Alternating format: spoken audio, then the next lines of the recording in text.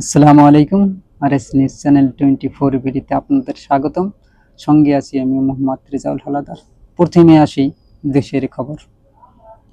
অস্ত্র উদ্ধার ও ঢাকা সহ সারা বাংলাদেশে রাজনৈতিক বিশৃঙ্খলা নিয়ন্ত্রণে যৌথ বাহিনীর অভিযান। বিস্তারিত।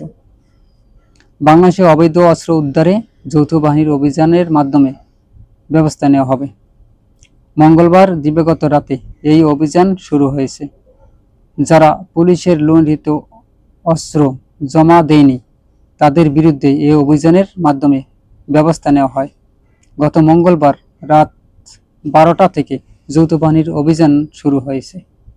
আইন শৃঙ্খলা বাহিনীর সূত্রে জানা গেছে, যৌথ অভিযানে পুলিশ লুণ্ঠিত অস্ত্র উদ্ধার, স্থাপিতকৃত অস্ত্র জমা দেওয়া হয়নি এমন অস্ত্র জব্দ এবং অস্ত্র উদ্ধার সহ এর কারবারি ও ব্যবহারকারীদের বিরুদ্ধে আইনানুগ ব্যবস্থা গ্রহণ করা হবে। বিশেষ করে গণ আন্দোলনের রূপ নেওয়া বৈষম্য বিরোধী ছাত্র আন্দোলনে অস্ত্র প্রদর্শনী ও নির্বিচারে গুলিবর্ষণ করেছে এবং অস্ত্র মামলায় আসামিদের ধরা হবে।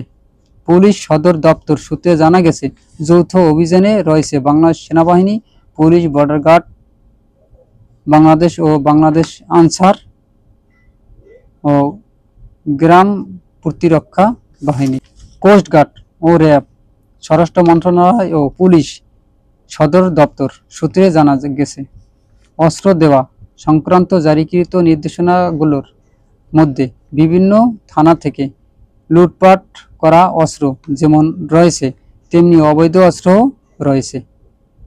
গত 15 বছরে বেসামরিক জনগণকে দেওয়া আগ্নেয়াস্ত্রের লাইসেন্স স্থগিত করেছে সরকার। গত মঙ্গলবার ছিল জমা দেওয়ার শেষ দিন।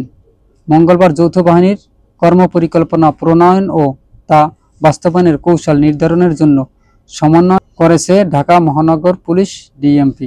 এ প্রসঙ্গে ডিএমপি কমিশনার মাইনুল হাসান বলেন, বৈষম্য বিরোধী ছাত্র আন্দোলনকে কেন্দ্র করে দেশের বিভিন্ন স্থানে আন্দোলনকারীদের সঙ্গে পুলিশের সংঘর্ষ ও প্রাণহানি ঘটে। শেষ 3 দিন শেখ হাসিনার ক্ষমতা ছাড়ার আগে ও পরে থানা ফাঁড়িসহ পুলিশের বেশ কিছু স্থানে পুলিশ হামলা, ভাঙচুর ও অগ্নিসংযোগ করা হয়। জায়গায় অস্ত্রসহ বিভিন্ন সরঞ্জাম ও নথি লুট হয়।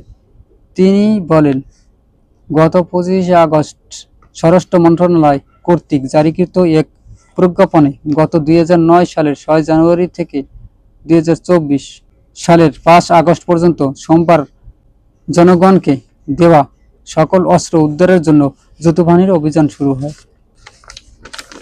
এই যৌথ বাহিনীতে ধরা পড়েছে বিভিন্ন ধরনের মাদক কারবারি, অবৈধ অস্ত্র ব্যবহারকারী এবং বিভিন্ন ধরনের সামাজিক অসামাজিক কার্যকলাপ এবং রয়েছে বিভিন্ন ধরনের অপকর্ম, যা বাংলাদেশের একটা অরাজকতার সৃষ্টি দেখা গেছে।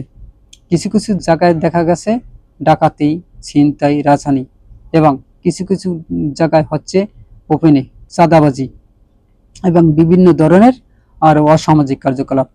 আজ এ পর্যন্তই। আসসালামু আলাইকুম রহমতুল্লাহি।